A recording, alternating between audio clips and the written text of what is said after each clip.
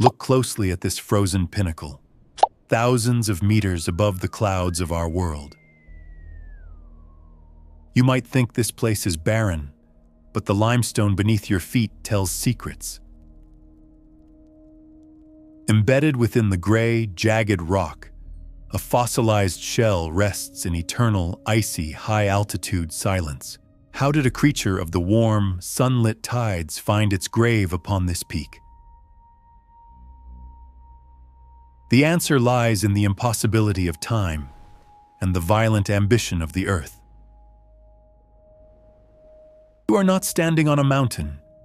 You are standing on the corpse of Tethys. A vast, lost sea that once separated the drifting continents of our ancient, changing planet. This is the story of the ocean that vanished, squeezed out to build the world.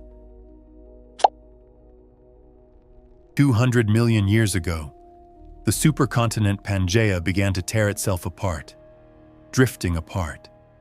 As the land fractured, the global ocean flooded the gap, carving out a new path. Born in the heat of the equator, Tethys became the primary nursery for primitive life. Layer by layer, for millions of years, the floor collected the remains of tiny creatures. These microscopic lives created the thick limestone beds that would one day define high mountains. It was a paradise, a sun-drenched corridor of evolution, spanning the entire breadth of Earth. Meanwhile, a lonely island of continental crust began its long, destined voyage to the north. India, isolated and adrift, was a raft of life floating across a silent, deep ocean. Isolated from the rest of the world, evolution took its own strange and vibrant path. But the Tethys was shrinking, trapped between the crushing jaws of the approaching tectonic plates. The seabed, once calm and peaceful, started to feel the violent pressure of the squeeze. Geological forces, deep and powerful, began the process of forcing the ocean floor upward. The era of the great Equatorial nursery was drawing to a slow and inevitable close. Even as the waters darkened, the diversity of life thrived in these final, desperate moments. The plates were closing the gateway. The Tethys would soon be squeezed from existence forever. History is not written in ink, but in the crushed bones of the ancient sea. The creatures felt the shift, the ocean growing shallower, colder, and more chaotic daily. And then, the moment of impact, the final collision that would rearrange our world's geography. The ocean was pushed aside, forced into the sky, creating the mountains we see today. The floor of the Tethys was now the roof of the world, rising in triumph. The great ocean was gone, leaving behind only the scars of stone and fossilized shells. The ghost of the Tethys remains, trapped forever in the height of the mountain peaks. Deep within the warm Tethyan shallows, evolution began a daring experiment in biological design. Here, in this sun-soaked corridor, ancient cephalopods mastered the art of buoyancy and survival. The ammonites dominated these waters, their spiraling shells a testament to millions of years. And where prey thrived, predators followed, evolving to hunt in the clear, temperate currents. These reptiles were the masters of the Tethys, ruling a world defined by warmth. Life here was a delicate tapestry, woven tight by the consistency of the sea. Even the smallest creatures played a role, turning the ocean's minerals into solid stone. They built the foundations that would later rise to become the highest mountain range. The biological rhythm of the Tethys was perfectly synced with the planet's slow rotation. It was a paradise, but it was a paradise bound by a changing climate. The volcanic activity along the rift began to warm the waters beyond natural limits. When the heat rose, the creatures were forced to migrate, seeking cooler, safer ground. Adaptation was the only law, and the Tethys began to demand a heavy price. Geology is not just rock, it is the force that dictates every heartbeat of life. In the deepest trenches, the Tethys began to record its history in layers of bone. As the Indian plate marched north, the space for life slowly began to vanish. The inhabitants of the reef felt the vibrations of the impending tectonic apocalypse. The nursery was being crushed, the cradle of evolution becoming a tomb of stone. The delicate geometry of the shell was no match for the collision of continents. The gateway was closing, and the diversity of the Tethys began to wane sharply. The clarity of the ocean was replaced by the chaotic mud of active tectonic zones. The great predators found their hunting grounds dwindling, trapped in a shrinking, muddy sea. Chemical warfare from the Earth's core changed the water chemistry, pushing life to extremes. Toxic blooms turned the pristine waters into a volatile, dangerous, and inhospitable environment. In the darkness of the closing Tethys, the creatures hid from the approaching death. Every shell, every life, was a record of the struggle against the tectonic squeeze. The land began to reclaim the ocean, rising from the depths with unstoppable momentum. The ocean floor was exposed to the sun, a death sentence for the marine life. What was once a vibrant, aquatic paradise became a harsh, unforgiving, and barren desert. The memory of the ocean lingered in the shapes of the shifting sand dunes. The final crushing blow was the ultimate act of geological, planetary violence.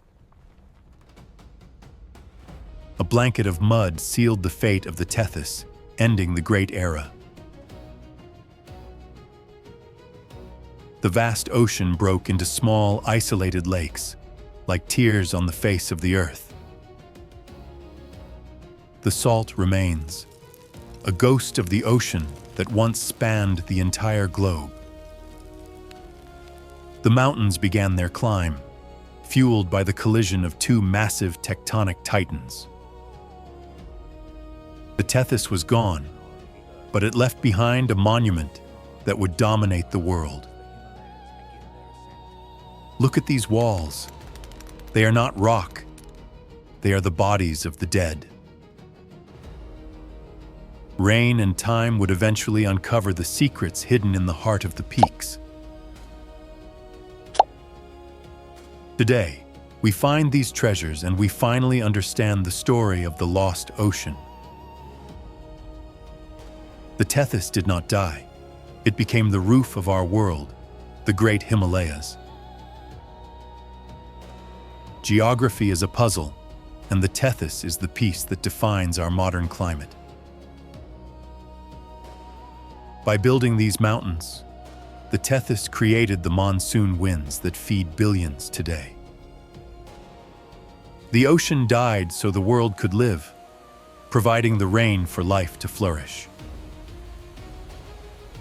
From the high peaks, the waters flow down, carving the valleys of our civilization. We build our lives on the ruins of the ocean, unaware of the history beneath. The mountain is a tomb, a temple, and a lifeline all rolled into one. The sea has returned to the ice, cycling back through the ages of time. We stand on the peak of the sea, looking out at a world we barely understand. Even now, the mountains are moving, rising higher, still chasing the sky above us. The Tethys is silent, but its influence echoes in every storm and every mountain peak.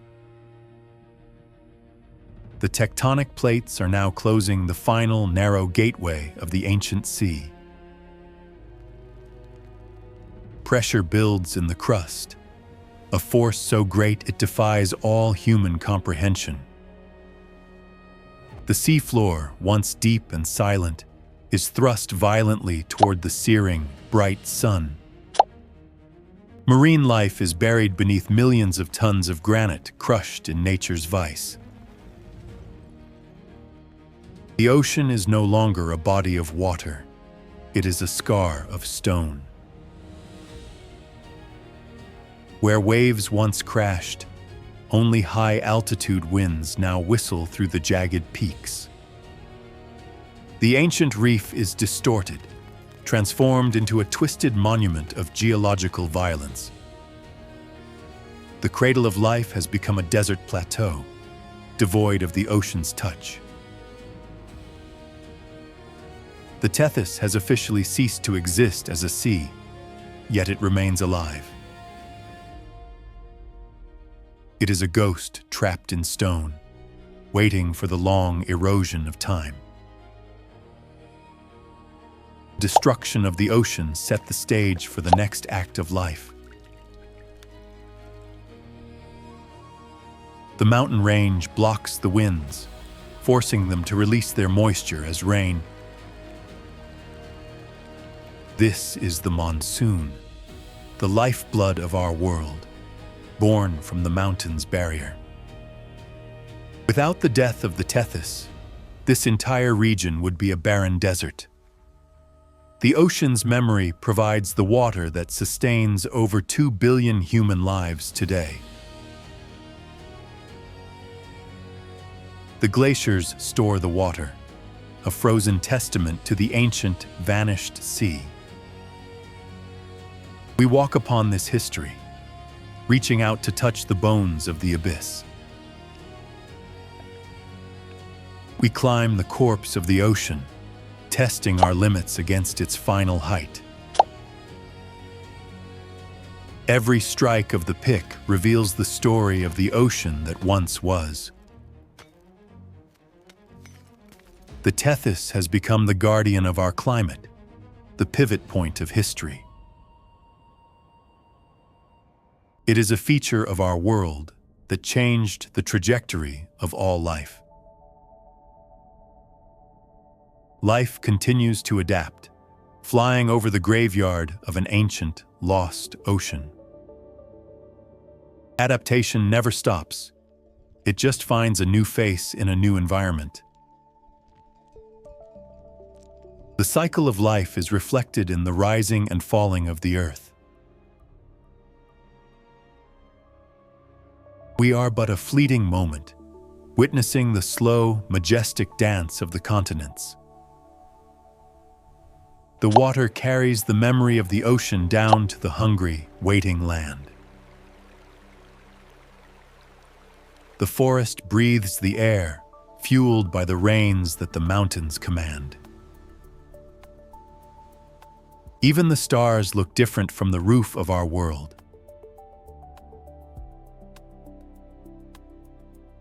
After the chaos of the cataclysm, a new, resilient stability was born. The past is preserved, a silent teacher for all those who look closely. Even now, the mountains are surrendering their secrets to the warming modern climate. The water that built the mountain is now working to tear it down. Geology is a never-ending cycle of destruction and rebirth, an eternal kinetic dance. The mountains are moving, rising, falling, and changing with every passing, silent year. Life will always find a way to claim the stone, no matter the height. We carve our paths through the stone, ignorant of the ancient ocean beneath. Our technology is a blip, a fleeting shadow against the permanence of the rock. Generations rise and fall, living in the shadow of the ghosts of Tethys. They know the truth. They live with the spirit of the mountains daily. The flags carry the prayers to the mountain, honoring the power of the earth. They understand that this world is not ours. It is a borrowed home. From space, the Himalayas are a jagged wound, a testament to our planet's power.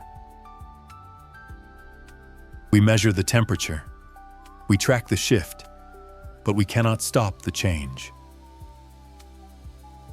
We observe, we study, and we try to understand the history of our world. This fossil is a key, unlocking the secrets of a time before humanity existed. The ocean is dead, but its legacy is the very ground we stand upon. The tectonic forces are still active, still building, still carving the future Earth. The Earth is a work in progress, and we are just the audience. We witness the story, and in doing so, we become a part of it. The Tethys built the world we know, a gift from the deep, ancient past. The history of our planet is written in the stone, waiting for our discovery. They stand tall, the silent sentinels of the ocean that once ruled the world. We climb, we explore, and we learn the story of our home, the Earth. It is a fragile, beautiful, and constantly changing home, our only shared existence. The ghost of the Tethys remains, a reminder of the power of deep time. If the highest mountain was once the deepest ocean, what will come next? The cycle continues. The Earth will shift, and the mountains will eventually return home. The ocean will reclaim the land, and the cycle will start over once more. Deep time forgets nothing.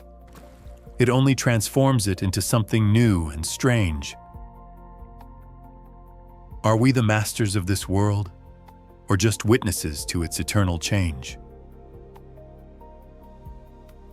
The story of the Tethys is our story, a tale of change and resilience.